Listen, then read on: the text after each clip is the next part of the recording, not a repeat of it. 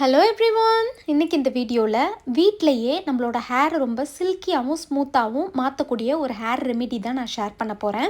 இதுக்கு தேவையான திங்ஸ் வந்து பார்த்திங்கன்னா, நல்லா பழுத்த வாழைப்பழம் 4 எடுத்துக்கோங்க. சின்ன சைஸாக இருக்கிறதால நான் 4 எடுத்திருக்கேன். நீங்கள் பெரிய பழமாக எடுத்திங்கன்னா 2 பழம் போதும். 1/2 கப் தேங்காய் பால் எடுத்து வச்சுருக்கேன். ஒரு முட்டை, 4 டேபிள் ஸ்பூன் அளவுக்கு ஆலிவ் ஆயில்.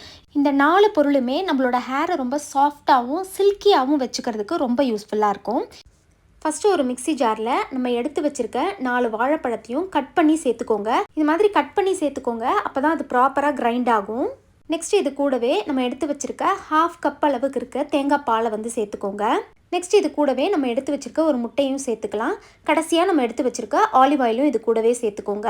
தண்ணி எதுவும் மிக்ஸ் பண்ண தேவையில்ல. இந்த 4 பொருளை மட்டும் ஆட் பண்ணிவிட்டு நல்லா ஸ்மூத் பேஸ்ட்டாக இதை வந்து அரைச்சி எடுத்துக்கோங்க.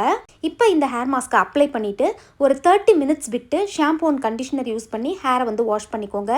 வீக்லி ஒன்ஸ் இதை நீங்கள் யூஸ் பண்ணிங்கனாலே போதும். ஹேர் ரொம்ப ஸ்மூத் அண்ட் சில்கியாக இருக்கும். அது மட்டும் இல்லாமல் ஸ்கேல்ப்புக்கு நல்லா ஸ்ட்ரென்த் கொடுக்கறதுக்கும் இதை ஹெல்ப் பண்ணும். கண்டிப்பாக ட்ரை பண்ணி பாருங்கள்.